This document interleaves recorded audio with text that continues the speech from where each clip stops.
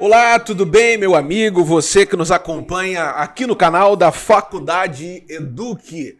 No nosso canal, hoje nós estamos aí retomando, mais uma vez, falando, trocando ideias e dando início aqui ao nosso podcast, é o EduCast, tá? Para você que está chegando aqui pela primeira vez, a Faculdade Eduque é uma instituição voltada para a área de educação, graduação, pós-graduação e cursos livres no litoral do Paraná, e nós temos a alegria aí de estar no mercado há mais de 15 anos ofertando cursos. Eu sou o Elton Alves, sou o diretor da instituição, e hoje eu tenho a alegria de estar recebendo aqui nos nossos estúdios um amigo aí já de longa data, nosso amigo mais conhecido como Kaique, mas é o Luiz de Mello, gente boa, comunicador, repórter, gestor, uma pessoa envolvida também com a parte política no nosso litoral. Para nós é um motivo de grande alegria receber o nosso amigo Luiz aqui nos nossos estúdios. Luiz, seja bem-vindo e a fala é com você. Eu que agradeço, Elton, o convite. Parabéns por essa produção, por todo esse estúdio aqui, muito lindo, muito bem preparado e produzido. A gente está aqui para falar um pouco sobre alguns temas, especificamente sobre trânsito, mobilidade urbana, algumas questões aqui também de comunicação, enfim, diversos assuntos que a gente vai discorrer nesse podcast. É um prazer para mim estar aqui com você. Que legal. Luiz, ele é residente aqui de Paranaguá e tem uma ligação muito forte ali com o bairro da São Vicente, Jardim Guaraituba, Baixada dos Santos Dumont, né? Asa Branca, estudou no Regina de Mello. Olha só, quem estudou no Regina de Mello é campeão, é gente da época boa ali, da época que nós pulávamos o muro do Aeroparque. Exatamente. Tem uma geração que não conhece que o Aeroparque já teve muro. Hoje você vê o Aeroparque tudo aberto, lindo, né, acessível ali para a população. Antes era o muro do Aeroparque, o muro da aviação. A gente pulava ali para pegar vento dos aviões que decolavam ali, era muito bacana. Essa época aí de adolescência, tá? A gente pulava o muro para soltar pipa, caçar preá. Você caçou preá no Aeroparque? Época boa, época legal. Eu cheguei à época ali de pular o muro e colocar a bicicleta para dentro do Aeroparque para você fazer trilhas. Tinha as trilhas ali que a molecada fazia. Época boa, época legal, que não tinha violência, né? Nós estamos falando aí final dos anos 90, início dos anos 2000, que não tinha tanta violência na nossa cidade. E um dos projetos que você tem desenvolvido como repórter na cidade, além de cuidar do quesito trânsito, sempre trazendo alguma reportagem para o trânsito, eu tenho visto também a sua preocupação com esse quesito de violência. Qual que é a sua concepção da atual situação que nós estamos vivendo na nossa cidade, no nosso litoral? Eu vi recentemente aí um quantitativo que saiu da quantidade de homicídios que nós temos no litoral. Qual é a sua concepção acerca dessa questão de segurança versus violência aqui na nossa região? Olha, Elton, a pesquisa que saiu agora no início do ano, na verdade, mês passado, foi uma pesquisa que aconteceu até dezembro de 2022, que coloca a cidade de Paranaguá como a cidade mais violenta no estado do Paraná. E no cenário nacional, Paranaguá está colocada na 34ª colocação 34ª. em quesito violência. Hoje, nós temos registrados, na data de hoje, mais de 60 homicídios na cidade de Paranaguá. Nesse ano de 2023. Somente no ano de 2023. Só em Paranaguá, mais de 60 homicídios. A gente não pode falar de que a Polícia Militar não está atuando, a gente não pode falar que nós temos a Guarda Civil Municipal, que é de grande valia. Grande valia, é verdade. Faz um trabalho de apoio ao trabalho da Polícia Militar de uma forma brilhante e fundamental. Hoje a gente tem a muralha digital, que também auxilia muito na segurança pública, com as câmeras de monitoramento da Guarda Civil Municipal. Nós temos a Polícia, a Força Nacional recentemente esteve aqui também, realizando um combate às vazadas, também muito recorrente na cidade de Paranaguá. Mas nós somos uma cidade portuária. Nós estamos na ponta... Cidade de fronteira. Isso, nós temos a BR-277, para quem não sabe, A BR-277 é uma das principais rodovias do país. Sim. E ela liga o porto à fronteira de Foz. Sim. Então ela faz uma ligação direta entre uma fronteira e um porto. Ela é uma rota. Exatamente. O que acaba ocasionando uma rota de escoamento por tráfico de drogas, por tráfico de armas. E com isso a criminalidade, infelizmente, tem aumentado muito aqui na nossa região. É como você disse, nós temos as forças militares, Polícia Civil, a Guarda Civil também, né? A Polícia Militar, mas mesmo havendo esses combates, ainda Paranaguá tem esse alto índice de violência, alto índice de mortes, justamente porque nós estamos numa região aí de conflito, uma região bastante até procurada por pessoas que utilizam o tráfico e assim por diante. Mas nós temos que também nos preocupar com a nossa segurança. Sabemos que o município e outros meios, né, fazem lá a segurança digital, a cidade tem os monitoramentos, mas mesmo assim nós não podemos vacilar diante dessas situações. Eu conversava com você via WhatsApp uns dias atrás, eu presenciei um assalto aqui na BR-277, próximo aqui da instituição. Nós estamos aqui no quilômetro 6, aproximadamente, de frente para a antiga 277, hoje Avenida Ayrton Senna, e eram 4h15 da tarde, 4h20 da tarde, havia algumas pessoas no ponto de ônibus, sentido Alexandra, e logo veio um rapaz de moto, eu estava entrando aqui no prédio, e eu vi o rapaz ameaçando as pessoas com a arma e fazendo o furto ali dos celulares, né? E eu também fiquei sem ter algum tipo de reação, até porque a gente não tem como reagir. O máximo aí que a gente consegue fazer, a gente não tem como reagir realmente, mas o máximo é talvez ter ali a câmera, a filmagem daquela situação. E eu vi aquilo como algo preocupante, até porque em pleno dia, 4 horas da tarde, a gente sabe que a cidade precisa de segurança e precisamos crer, né, que algo diferente aí pode vir para melhorar esse quesito de segurança. Na sua visão, o que precisa ser feito no âmbito de segurança? É mais policiais na rua? É mais câmeras na cidade? É mais o monitoramento, policiamento? O que seria para a gente tentar diminuir esse índice e ver uma cidade um pouco mais segura? Olha, Elton, a cidade de Paranaguá ela conta com efetivo reforçado da Polícia Militar. A Guarda Civil Municipal, por exemplo, ela tem 300, quase 400 guardas civis municipais, alguns no administrativo, é claro, mas a gente tem aí cerca de 300 guardas civis municipais na rua, diversas atividades. Temos também a Polícia Civil, hoje com 5 delegados de Polícia Civil, algo inédito aqui no litoral também. O que a gente precisa destacar de tudo isso é que essa criminalidade ela tem um fator predominante pelo tráfico de drogas e tráfico de armas. A cidade, não só a cidade, mas a região do litoral, ela tem algumas organizações criminosas agindo. Esse índice de homicídios elevadíssimo, mas é preciso destacar que 95% desses casos são pessoas que morrem, que têm algum envolvimento com o tráfico de drogas. Então, a população em si, ela não é uma população violenta, mas essas organizações criminosas, sim, acabam gerando essa o que violência. Que acontece? Em Paranaguá, ela infelizmente, muitas pessoas não gostam de nominar isso, mas a gente está aqui, você está me dando essa abertura para falar. Paranaguá, ela padece de 4 organizações criminosas. Okay.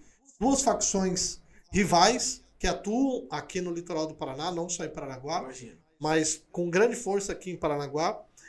O grupo organizado que explora a atividade onde eles colocam o tráfico internacional de drogas, drogas em contêineres aqui para outros países. Aconteceu algumas vezes em notícias nacionais, né? Exatamente, é outra organização e a organização da Vazada.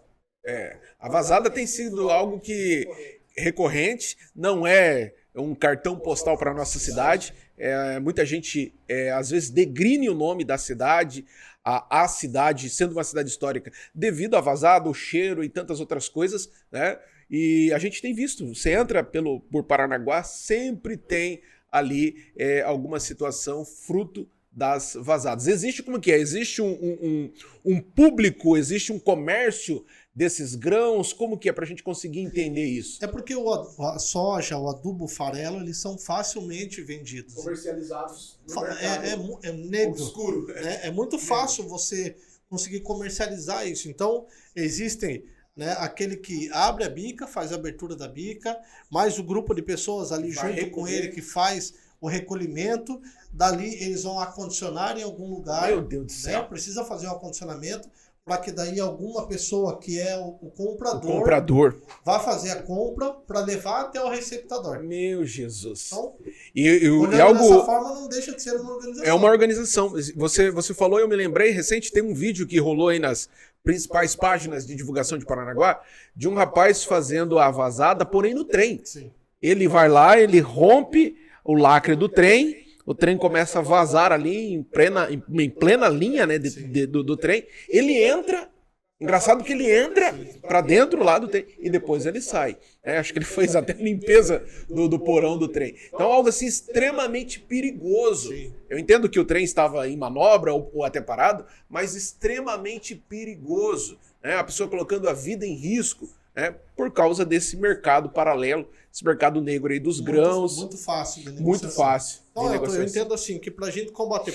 pra gente não, né? As polícias, as forças de segurança atuarem dessa forma, tem que ser setorizado. A Polícia Rodoviária Federal ela é responsável pela área de vazada aqui na cidade de Paranaguá. Né? Acontece na Rodovia Federal. Então é competência da Polícia Rodoviária Federal. Ainda que não sendo competência da Polícia Militar, a Polícia Militar tem disponibilizado 24 horas por dia. Um caminhão em cima do viaduto, na entrada, um caminhão não, desculpa, uma viatura sempre fica ali. Em cima do viaduto e outra embaixo do viaduto. São duas viaturas da Polícia Militar fazendo um serviço que não lhes compete, porém a segurança pública é papel do Estado. Correto. Então, na Constituinte isso diz. Mas não, o papel deveria ser feito pela Polícia Rodoviária Federal. Com a queda de contingente, isso fica quase que inviável. Então, eles têm somado forças e trocado isso. No caso das vazadas, a Polícia Militar, juntamente com a Polícia Civil, tem atuado com algumas apreensões. No caso do tráfico internacional de drogas, cabe a Receita Federal e a Polícia Federal também, que tem atuado. Mas, ainda que a Polícia Federal e a Receita, elas dependem de uma identificação do scanner da empresa de terminais de container, para que eles possam abrir aquele container. Entendo. Então tem containers que passam ali. Por exemplo, o scanner da empresa, do terminal de containers, identificou uma anomalia no container. A Polícia Federal e a Receita Federal são acionadas para realizar a abertura daquele container e então identificarem ali a presença de um entorpecente que estaria indo para outro país. É claro que o exportador, a carga, não tem nenhuma relação com esse crime organizado. Porém, precisa efetivamente resolver a situação da entrada dessa droga até o container. Porque, entenda, um container, quando ele está no pátio, ele é totalmente lacrado pela empresa. Correto. Então, essa pessoa ou essas pessoas entram, quebram o lacre, abrem o container, colocam acessam, a droga, fecham e colocam outro lacre com a mesma numeração. Ou seja, são especialistas no Como ter acesso a isso? Então, existe toda uma logística que precisa, de fato, ser derrubada. E não é fácil você fazer todo esse processo, cuidar, no caso da polícia, fazer todo esse gerenciamento. Claro, a gente entende que os containers, eles passam pelo processo do scanner lá no terminal de containers de Paranaguá, mas tem que ter esse gerenciamento, essa visão, até para inibir outros grandes tráficos que podem ocorrer pelo nosso porto de Paranaguá. A gente vê essa preocupação e, como você falou, às vezes falta pessoas preparadas, né? A esfera estadual às vezes não investe, ou até o município ajudando, e muitas vezes, mas falta mais pessoas preparadas específicas para essa área. Paranaguá é uma cidade que a gente sabe que é uma cidade de fronteira e portuária, e quanto mais a cidade estiver mais alinhada, mais organizada, melhor para nós também, porque a cidade se sente daí valorizada, protegida, e a gente consegue ver outras áreas da cidade que a gente tem desejo que aconteça nos próximos 375 anos de Paranaguá, que melhore, né? O berço da civilização paranaense, 375 anos recentemente, agora no mês de julho, e nós queremos ver a evolução. Imagino que você também tem lutado por isso, buscado ver a cidade com outros olhares. Falando um pouquinho sobre aquilo que você gosta mesmo também, que é a parte de trânsito. Paranaguá sofre bastante com essa questão de gargalo. Por exemplo, eu dou um exemplo de hoje. Hoje, existe um trajeto que eu faço de Uber, tá? Então, quando eu saí da escola, onde eu tenho lá alguns compromissos lecionando, e vindo para cá, houve um congestionamento na hora do almoço na principal avenida de Paranaguá, que é a Avenida Governador Bento Munhoz da Rocha Neto. E o Uber ali falou, rapaz, todo santo dia eu pego o Uber nesse período do almoço ou então no final da tarde, são os horários que mais dá gargalo. O que é que falta para que o nosso trânsito dentro da cidade de Paranaguá possa fluir com mais perfeição? Quais são as dicas até de mobilidade de trânsito aí, né? Alternativas. Teve aí agora, ainda tem, né? A alternativa de você usar o ônibus gratuito e tal. Mas a gente sabe que tem muita gente que acaba não utilizando, anda de carro sozinho, não dá carona, tá? Mas o que a gente poderia pensar e conversar aí acerca dessa questão do trânsito da nossa cidade? Olha, Elton, Paranaguá necessita urgentemente de um trabalho de conscientização e educação para o trânsito. Isso é fundamental. O prefeito Jaime Lerner, na época em Curitiba, e em consequência Rafael Greco, eles fizeram esse estudo de viabilidade. E você sabe que Curitiba existem ladeiras enormes. Sim. E que, inclusive, é muito difícil você andar a pé ou até mesmo de bicicleta. Correto. Paranaguá não sofre desse problema. Plana. É plana, de ponta a ponta. Então, o que falta? Um investimento em educação para a sociedade em dois pontos. Você citou um deles, que é o transporte coletivo gratuito. Correto. Então, você tem hoje um transporte por toda a cidade, de cada ponta da cidade, de forma gratuita. Sim. Isso faz com que você tenha, então, deixe então de ter a necessidade de andar com o seu carro, com a sua motocicleta, descongestionando o trânsito, poluindo menos, falando de meio ambiente, e automaticamente economizando, porque você não gasta combustível e você acaba guardando esse dinheiro para outras tarefas. Esse é um caminho muito interessante para ser explorado. Uhum. Com educação, com conscientização. Me perdoem os taxistas e motoristas de aplicativo, né? Mas é necessário. É necessário que as pessoas entendam que hoje a cidade conta com um transporte coletivo gratuito, que, na opinião de muitos, não tem a melhor qualidade que deveria. Mas é gratuito. Mas que atende a população de uma forma gratuita. Esse é um caminho. Uhum. O segundo caminho, vale lembrar que Paranaguá ela tá entre as 3 primeiras cidades no país com o maior número de bicicletas. Olha aí. Eu sei que no estado do Paraná é a capital da bicicleta. E no país ela está em 3º lugar. Então, assim, investir em ciclofaixas, investir em ciclovias, mais ainda, né, do que já temos, e estimular as pessoas a fazerem o uso do pedal. Isso é algo que... Isso é até uma vertente aí empreendedora. Isso. Você acabou de falar isso, me lembrei aqui, ó. O quanto tem de empresas aqui em Paranaguá voltadas para a área de bicicleta, que são as lojas que vendem bike. E você vê que são lojas de grande porte, por quê? Porque existe um público que consome e precisa desse serviço. Então, mas se você tem uma política pública voltada para essa conscientização, você chama essas empresas, faz uma jogada de marketing, é uma iniciativa pública e privada, e você... oferecendo, então, uma redução de preço, um desconto, enfim. Isso, ou até um modelo de bicicleta diferenciada que vai conseguir mais popular. Olha só como as coisas são interessantes. Eu tive fora do país agora recente, eu tive no Chile. A detalhe é o seguinte, primeiro que eu nunca tinha ido lá, segundo que a impressão que eu tinha do país, que eu ia chegar lá e encontrar um monte de chileno tocando bandolim, tá? E na realidade é um país de primeiro mundo, desenvolvido, tá? E uma das políticas indispensáveis dentro daquele país é o incentivo ao uso da bicicleta, tá? Nós estávamos em um hotel ao lado de um hotel, de um prédio comercial. e eu percebi a quantidade de bicicletas na frente do prédio comercial. No final da tarde coincidiu do pessoal estar saindo no horário que eu estava chegando.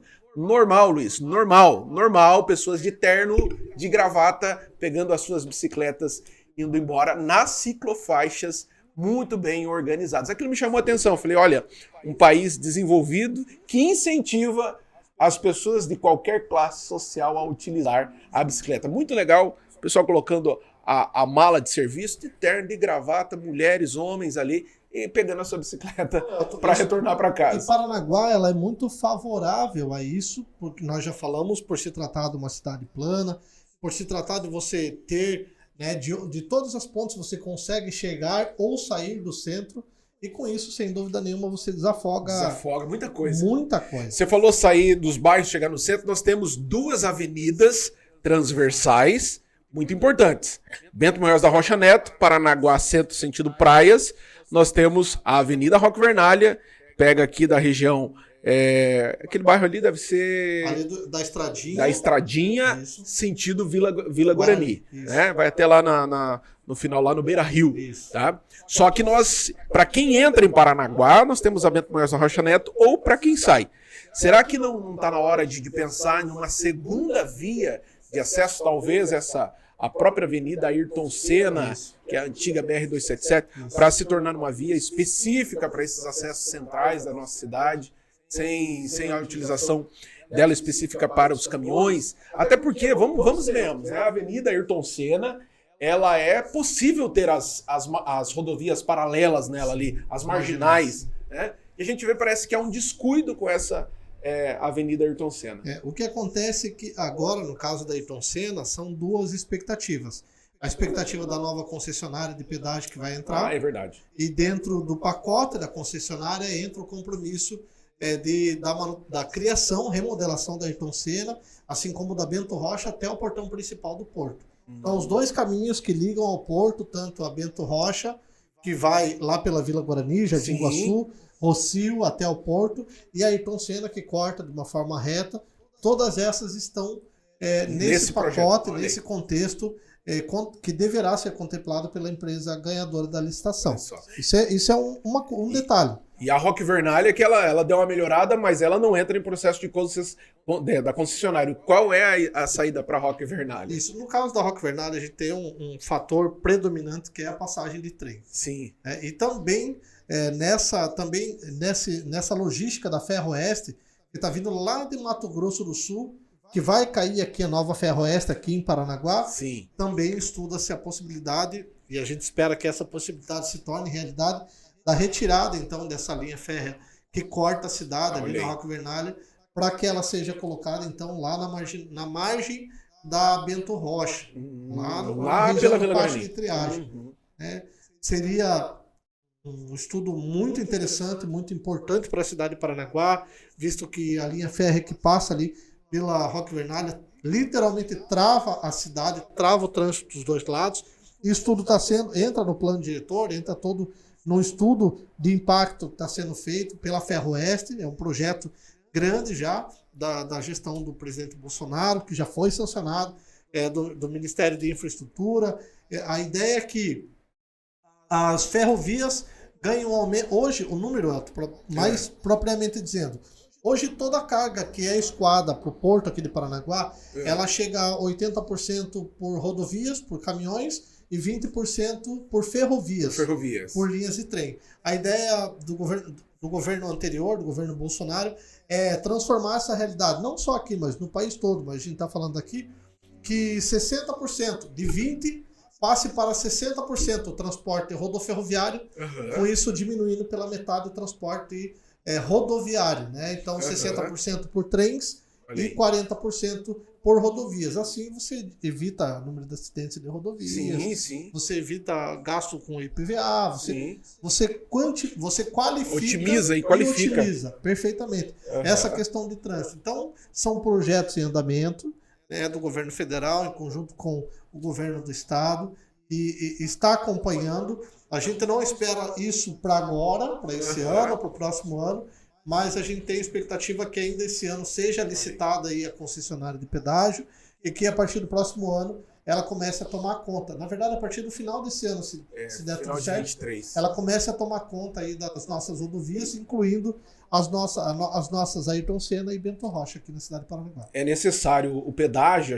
Muitas pessoas às vezes falam da não necessidade, né, do pedágio, mas o pedágio, as concessionárias, elas são hoje, podemos dizer, indispensáveis para as estradas do estado do Paraná. Seria bacana se o nosso IPVA fossem suficientes para o estado para que eles fizessem a manutenção das rodovias. Sim, sim. Mas infelizmente não acontece. E do jeito que está aí, eu rodei esse estado recentemente, as estradas estão bem deterioradas.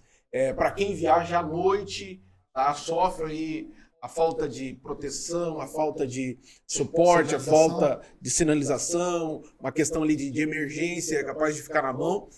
Mas vamos esperar, né? Melhorias para o nosso estado, que automaticamente essas melhorias também virão para o nosso município, uma vez que essas concessionárias, ou esta concessionária que for a contemplada aí e vir cuidar dessa gestão, também terá a responsabilidade de fazer a manutenção dessas rodovias. Gente, nós estamos aqui num bate-papo hoje com o Luiz Kaique, tá? Ou Luiz de Mello. Você vai achar ele nas redes sociais ou como Kaique ou como Luiz Mello. Gente nossa, gente de Paranaguá, uma pessoa envolvida com a parte de repórter na cidade, trabalha nas rádios, já trabalhou em várias rádios, daqui a pouquinho ele vai estar falando sobre isso, tá? E tem um amor aí pela parte de trânsito aí incondicional, tá? Já foi aluno nosso aqui da nossa instituição, fazendo uma graduação na área de gestão pública, e já fica o convite para você que queira fazer uma graduação no formato 100% à distância. Nós somos parceiros oficiais da Unifael. A Universidade Fael é uma das maiores faculdades à distância do Brasil, com mais de 150 mil alunos no Brasil. E no litoral, você vai achar um polo da Unifael na cidade de Paranaguá, na cidade de Matinhos, na cidade de Pontal e as demais parcerias que nós temos aqui dentro dessa cidade. Você está no EduCast, um bate-papo hoje descontraído, falando um pouquinho sobre política também, daqui a pouquinho, falando sobre trânsito, falando sobre a questão do avanço da violência na nossa cidade, e nós queremos uma melhoria para a nossa Paranaguá. Eu estava falando aqui, Kaique, da tua profissão aí como radialista e agora também atuando em algumas frentes da nossa cidade. Fala um pouquinho desse teu trabalho como repórter. Eu sei que você já passou, eu não tenho problema citar aqui, você já passou pela Litoral Sul, já passou pela Ilha do Mel, Jornal JB. Um abraço pro pessoal do Jornal JB Litoral. Faz um trabalho belíssimo aqui na cidade de Paranaguá e também agora chegando na Aliança FM. Fala um pouquinho dessa sua trajetória aí como repórter nessas rádios aí de tamanho alcance na nossa cidade. Olha, Elton, a gente vive um tempo de privilégio. Privilégio porque a nossa profissão tem sido reconhecida. Ainda que algumas pessoas, algumas lideranças tenham lutado contra isso na área do jornalismo. O jornalista hoje ele é reconhecido pelo mercado de trabalho como profissão por atuação, não necessariamente sendo formado. Sim, então, sim. É o meu caso. Eu sou jornalista por atuação, tenho a minha DRT, meu certificado de jornalista em todo o território nacional, e isso, é claro, é fruto de um trabalho. Correto. Né? Não se consegue uma credencial dessa de qualquer forma. Isso. Óbvio que eu não estou aqui descartando a importância fundamental da graduação. Inclusive, nós estamos falando aqui em um centro de graduação. É fundamental, mas é fundamental também olhar para o profissional como um atuante. Sim. Tem coisas que eu, na rua, aprendi muito mais do que eu aprenderia em 5 anos numa sala de aula, numa faculdade como jornalista. Entendo, né? entendo. Nosso caso, nosso campo do setor policial, por exemplo, a gente atua de uma forma presencial, acompanhando cenas de crime. Sim. E eu já presenciei situações assim que, como diz, nenhum curso intensivo vai te ensinar, proporcionar, sabe? Aquilo. Eu já estive em cena de crime assim, onde um menino de 12 anos estava morto, a mãe chegou no local. Né? E você tá gravando ao vivo, cara. Aquilo. É uma situação.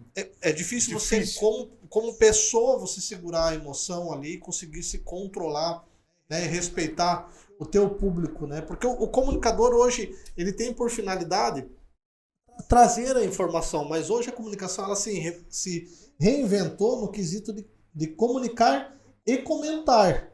Entendo. Então hoje a comunicação, você vê, as principais redes aí, eles passam a informação e comentam a informação. Isso é muito bacana, porém muito perigoso. Porque você tem que ter muita responsabilidade no ato de informar, né? A informação ela tem que ser muito coerente, responsável e segura, porque aquilo está falando de vidas. Certo. Eu passei também por uma outra situação aqui mesmo, na Ayrton Senna, mas um pouco mais para a região ali do Samambaia, onde uma mulher de bicicleta estava pedalando na rodovia, havendo uma marginal, e um caminhão passou por cima dela. Meu Deus. E ela estava viva. Viva, presa nas rodas. E gritando muito, sabe? Eu fiquei por 20 minutos ali naquela live, toda a comoção de todo mundo chegando ali, levantando com macaco, borracheiro chegando e tal. A mulher foi retirada dali pelo SAMU, foi encaminhada para o hospital, mas infelizmente não conseguiu resistir. Então, assim, são situações que a gente presencia que só quem está ali sabe. É muito difícil, ó. Mas, por outro lado, é gratificante você ter um reconhecimento profissional naquilo que você leva como informação.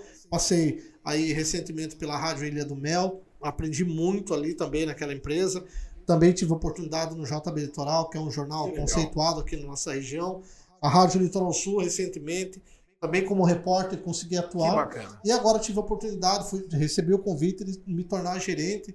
Então, da Rádio Aliança FM em Paranaguá e da Graciosa FM em Morretes. É uma oportunidade de expandir conhecimento, é claro. A gente traz um pouco do que a gente sabe, né, do nosso trabalho.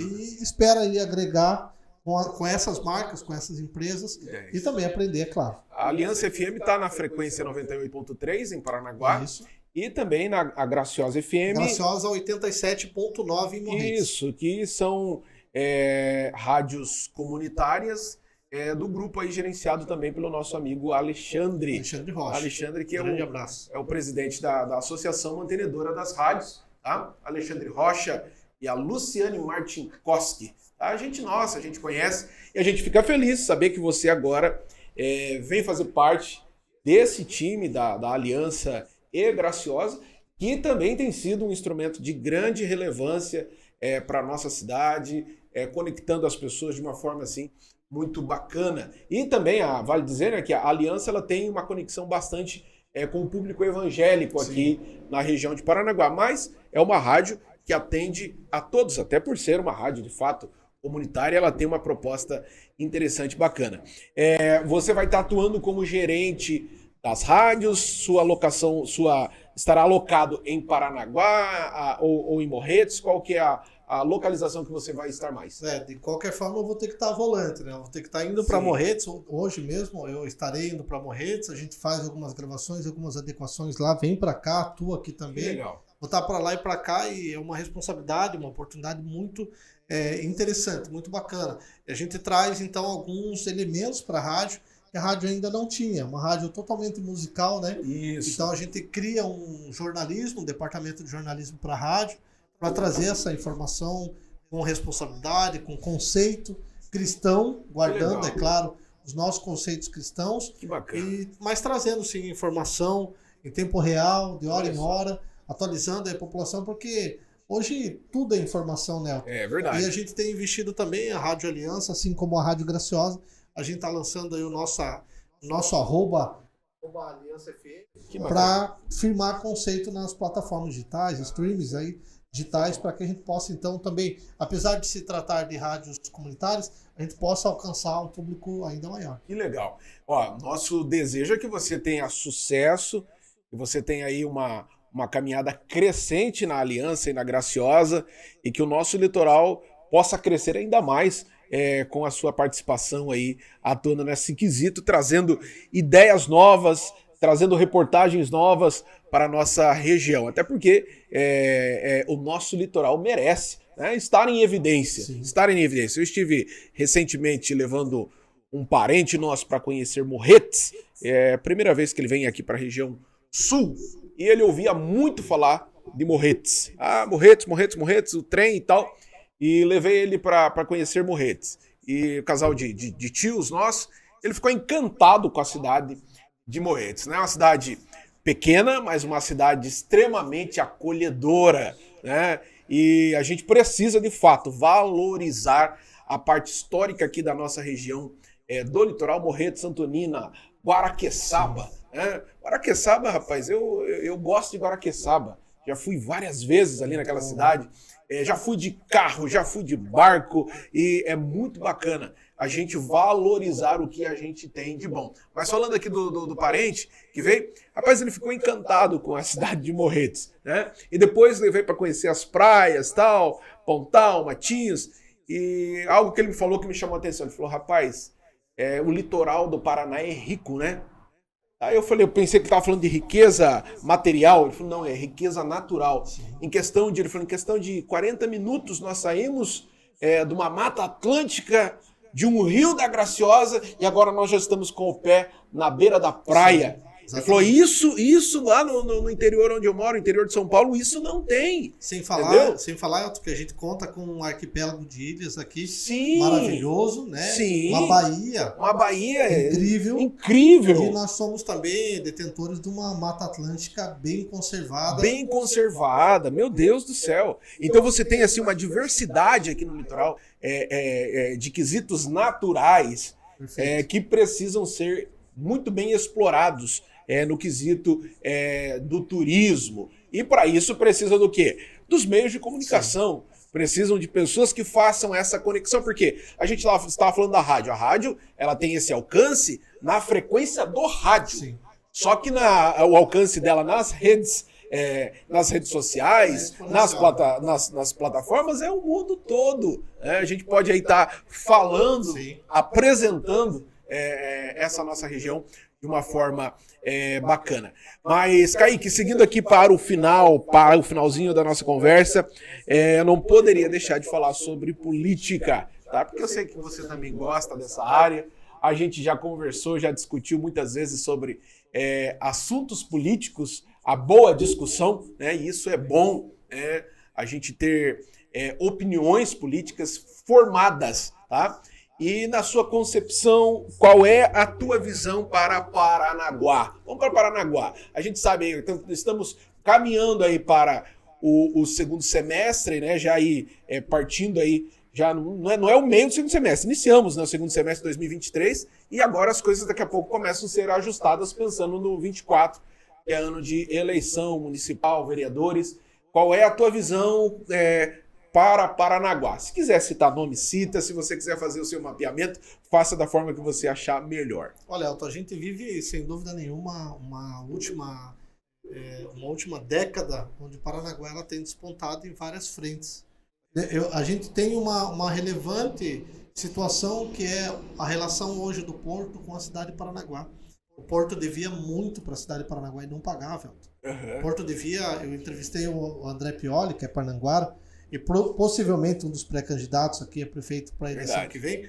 Ele falou que cerca de 30 milhões de reais que o Porto não pagava de imposto para a cidade de Paranaguá, porque entendia que não devia pagar.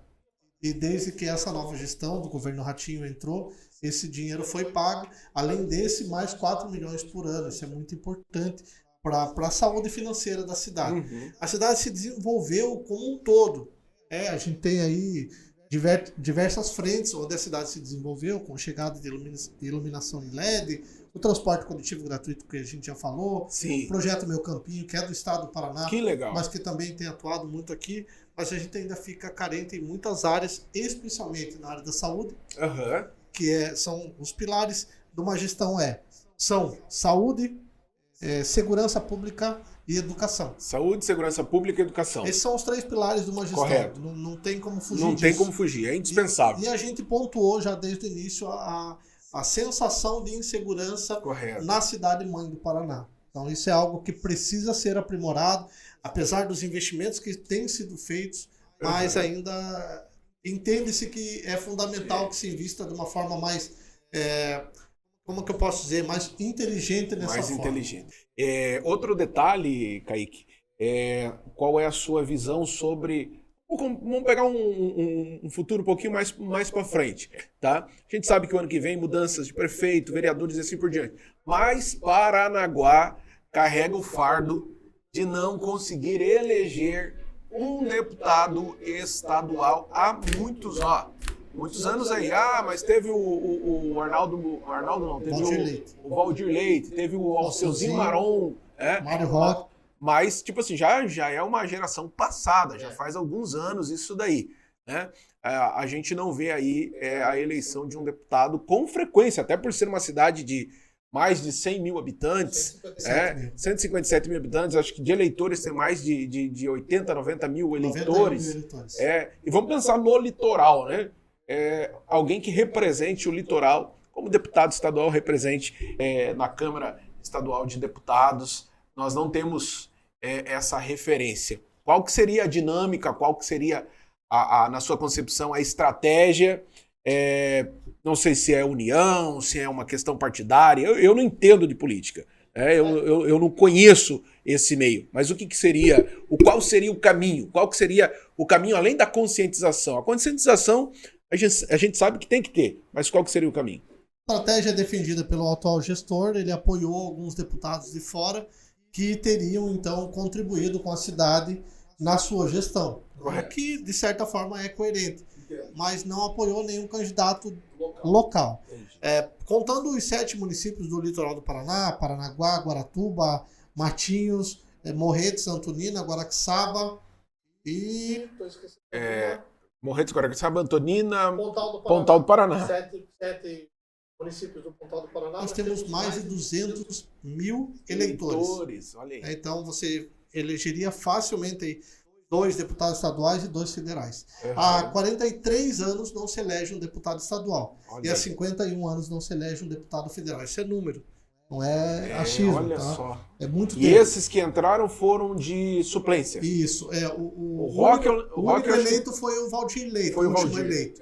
Depois do Valdir Leite, tanto o Mário Roque, o saudoso Mário Roque, quanto o Alceu Maron entraram como suplentes. Como suplente. Hoje nós temos o Adriano Ramos, que é primeiro suplente também. Primeiro suplente. O Adriano Ramos, que foi muito bem votado, Foi fez muito uma votação bem votado, verdade. acima das casas de 36 mil votos. Verdade. E ficou ali por 97 votos, não se elegeu. 97, verdade. Então é fundamental a gente, a população como um todo, pensar no melhor de representatividade. Quando a gente fala em representatividade, eu uso o exemplo de Castro, por exemplo, que é uma cidade que com um pouco mais de 30 mil habitantes que elegeu uma deputada federal. Isso, a Aline Sleutz. Aline Sleutz. Nós temos também o Diego Garcia também. Diego Garcia, eu conheci esse camarada lá em Jacarezinho. Então, a cidade dele é uma cidade de 60 mil habitantes. E olha só, eu tive a oportunidade de conhecer o Diego numa conversa informal. Eu estava em Jacarezinho e falaram para mim que ele era de lá. Eu falei, eu quero conhecer esse camarada.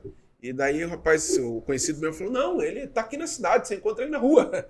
E dito e feito. Tá? Conheci, conversei com ele lá e a gente vê o quanto o camarada trabalha em prol da região, engajado, né? E foi reeleito. Eu conversei com ele antes dele ser reeleito para o mandato atual. Ele veio primeiro deputado estadual, depois ele foi para federal, se elegeu e agora se reelegeu para federal. Você falou disso, eu lembrei também de Marechal Cândido Rondon, que também tem uma cidade de 80 mil habitantes, tem um deputado federal e um deputado estadual da região deles. A gente fala assim que, mas saem vários candidatos, mas eu sou, inclusive eu tive um debate recentemente sobre isso, eu sou pelo voto útil, com todo respeito aos outros, eu não vou votar em quem eu sei que não vai ganhar. Sim, sim. Né? A pessoa não tem a mínima possibilidade de ganhar, ele não vai conseguir defender as nossas causas, não vou deixar de votar ou apoiar alguém com reais possibilidades de ganhar e trazer essa representatividade para a cidade de Paranaguá. Eu quero destacar algo aqui, antes, a gente falando sobre o Poder Executivo, quero destacar sobre o Poder Legislativo de Paranaguá. Nós estamos, com todo respeito às pessoas, os vereadores que nós temos hoje, mas na minha concepção, que acompanho frequentemente o Legislativo, na verdade a gestão como um todo, mas o Poder Legislativo, nós nunca tivemos uma legislação tão fraca como a atual na cidade de Paranaguá. É importante destacar que dessas 19 cadeiras, Paranaguá conta com 19 vereadores, pelo menos 10 delas foram renovadas. Sim. No entanto, renovação não coincidiu com qualificação. Entendo. Né? Então a gente precisa entender o que de fato é que renovação ela não remete a uma melhoria. Entendo. Temos que abandonar a velha política, mas nós vemos, infelizmente, novos políticos praticando a velha política na nossa cidade. Então é importante trabalhar no quesito qualidade. Né? E eu reforço isso sempre, tanto na esfera federal, estadual, na esfera municipal, no pleito eleitoral. Pesquise o histórico profissional, o histórico como cidadão e principalmente o histórico político das pessoas que você vota, que você apoia, que você elege, porque isso conta muito depois. Verdade. E a gente fica aí penando. O litoral sofre com isso. Por falta disso. Você falou da Câmara de Vereadores, eu me lembrei aqui, eu não vou saber exato, tá? Mas na eleição para deputado estadual federal, nós tivemos vários vereadores que se lançaram como candidatos ou a deputado estadual ou federal. Na minha concepção, como eleitor e amante aqui do litoral, eu já achei assim a falta de união em prol do município. Né? Talvez se lutassem por um vereador só, lutando pela candidatura a deputado estadual ou federal, talvez teria mais engajamento, mais força, mais resultado. Mas a gente vê, parece que há uma disputa de espaço, ou então, eu não entendo de política, vou falar o que a gente vê. Ou talvez é alguém apenas fazendo troca de favores para ajudar o candidato que está lá na ponta, que daí sabe que vai levantar aqui 10, 15 mil votos e vai somar para o candidato da legenda, o principal candidato. Não sei, eu não entendo, mas eu acabo enxergando assim, aí como um mero cidadão. Né? Olha, Elton, entrando nessa seara, nós tivemos aí 4 vereadores que foram candidatos. Júnior Leite foi candidato a deputado estadual, Vandeci Dutra foi candidato a deputado estadual, o vereador Nilson Diniz, delegado Nilson Diniz, foi candidato a federal, a vereadora Isabelle Dias, também candidata a deputada estadual. Então nós tivemos esses 4 nomes aí no pleito eleitoral. O presidente da Câmara, Fábio Santos, sairia federal, mas depois refutou a candidatura, voltou atrás. Então foram 4. Dos 4, veja, 3 eram vereadores de primeiro mandato. São vereadores de primeiro mandato. Né? Então assim, com todo respeito aos vereadores, inclusive tenho amizade com todos eles. Conheço também. Você acabou de chegar. Você acabou de entender como funciona um legislativo, o papel do legislativo. Sabe? É como eu chegasse agora na gestão da Aliança e da Graciosa e queresse comprar 5 outras rádios. Sabe? Queresse comprar um canal de televisão. Não funciona dessa forma. Eu preciso entender o campo que eu estou atuando. Eu preciso pavimentar algo político ali, solidificar a minha identidade, entender o que o povo precisa, entender de qual forma eu posso contribuir, posso e devo contribuir com a sociedade, para quem sabe num futuro próximo, depois de 2, 3 mandatos, eu possa almejar sair candidato. Porque você vê, Elton, nenhum dos candidatos de Paranaguá, da Câmara Federal, da Câmara de Vereadores, nenhum deles alcançou o número de 10 mil votos. Ou até mesmo para ser ali um suplente alguma coisa. Nenhum. Então, assim, e sabia-se que não alcançariam. Novamente, com devido respeito a todos eles, sabia-se que eles não alcançariam. Então, assim, e nós deixamos de eleger um candidato por 97. Por 97 votos. Não quer dizer que porque ele podia ter conseguido votos em outros lugares. Eu não estou acusando os vereadores de não terem eleito entendo. o candidato. É que quando há uma multidão de interesses, quem perde é a cidade, é o povo. Se a gente tivesse mesmo o povo dando a resposta do voto, como ocorreu, você mesmo comentou, o Adriano Ramos teve uma excelente votação. Mais de 36 mil votos. O povo deu uma resposta no voto, mas houve muitos outros candidatos no município que talvez se poupasse ali 2 ou 3 candidatos, talvez hoje a gente teria uma representação. O que é mais importante. O que é o mais importante. Independente do partido, eu, como cidadão, eu teria a alegria e o orgulho de falar: Paranaguá tem um representante na Câmara Estadual de Deputados. Pode ser que eu nem saiba o nome dele completo. Ou pode ser até alguém que eu não tenha afinidade, não tenha proximidade, mas que eu saiba que eu vou ter um representante daqui. Isso mesmo. Você falou até de representante. Recentemente, um deputado que era suplente subiu para o cargo de deputado com a saída do Dalton Dallagnol. Dalton Dallagnol. Um nascido em Paranaguá. Seria, mas acabou não sendo. Mas é um Parnanguara, né? Mas só que não é uma pessoa que leva a bandeira de Paranaguá, porque só é nascido em Paranaguá aqui. Eu não me recordo o nome dele. Paim, alguma coisa assim, o sobrenome. Só que ele acabou não assumindo. Tá? Acabou não assumindo, eu já nem tinha conhecimento. Ele seria, por causa do quantitativo eleitoral, né, o próprio partido do Deltan Dallagnol não faria, então, a segunda cadeira, mas numa jogada lá de tapetão lá, o Rauli. O Rauli que assumiu. Mas só o fato dele falar que era de Paranaguá, a gente já se sentiu privilegiado, né? Itamar Paim, se não me Itamar Paim. Isso, nós entrevistamos ele falou, eu tenho família em Paranaguá. Que legal. Ele só nasceu em Paranaguá, ele mora em São José dos Pinhais, é pastor da Quadrangular. Que legal. É igual aquela senadora lá, a Damares, né? A Damares. Nasceu em Paranaguá. Mas ele demonstrou na entrevista, pelo menos, um carinho por Paranaguá e a ânsia de repente, trazer alguma coisa para Paranaguá. Infelizmente não aconteceu, né? E o Raul acabou assumindo a cadeira. Mas então é o quê? A questão do coeficiente partidário? Como que é? Porque assim, o Deltan Dallagnol despontou com 400 mil votos. Entendi. E o segundo, para assumir, ele tem que ter pelo menos 10% da votação máxima. Entendi. E o segundo, que é o Raul, tinha 34, ele teria que ter 40. E não tinha. Então, eles perderiam a cadeira, que daí veio para o partido do Paim. Só que daí numa jogada, numa articulação, o Raul conseguiu reaver a cadeira e assumir o mandato. Olha só, entendido.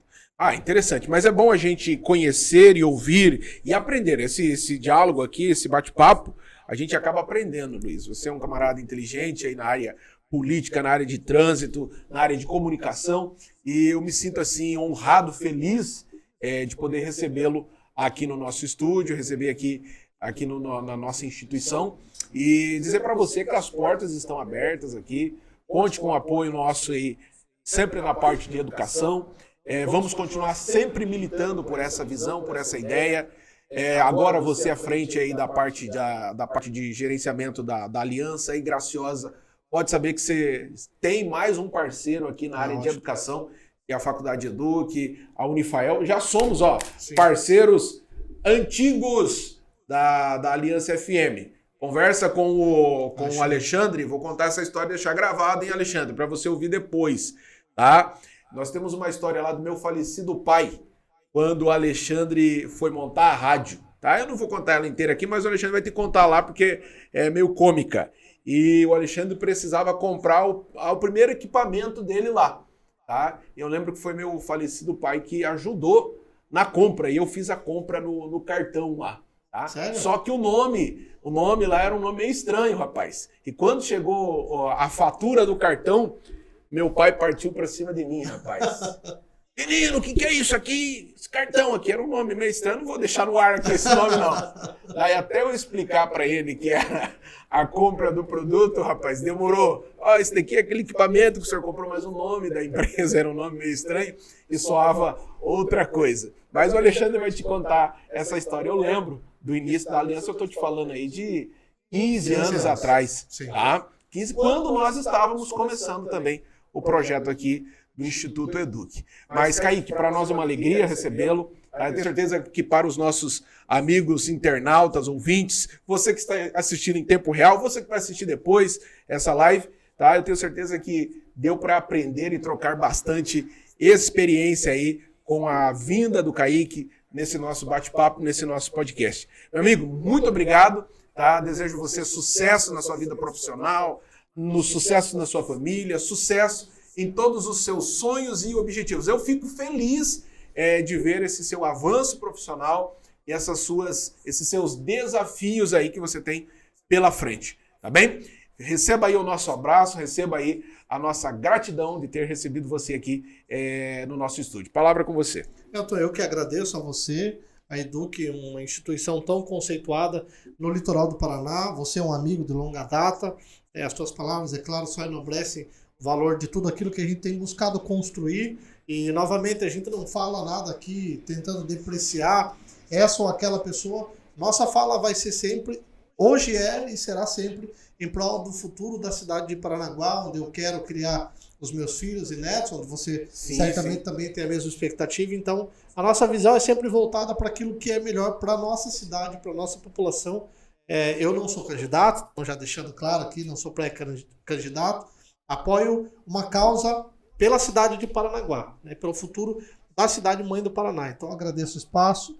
As portas das rádios estarão sempre abertas. Quem sabe a Eduque possa despontar recentemente lá em Morretes, a gente fazer um trabalho de divulgação bem bacana. Legal. E a gente continua aí de portas abertas e trabalhando para bem informar aí a nossa população de Paranaguá e de todo o litoral do Paraná. Muito obrigado pelo espaço e conte sempre conosco. Obrigado você, sucesso para você também, amigo que nos acompanha, e desejamos aí que tudo vá bem. Sucesso, até a próxima. Um abraço, até mais. Obrigado.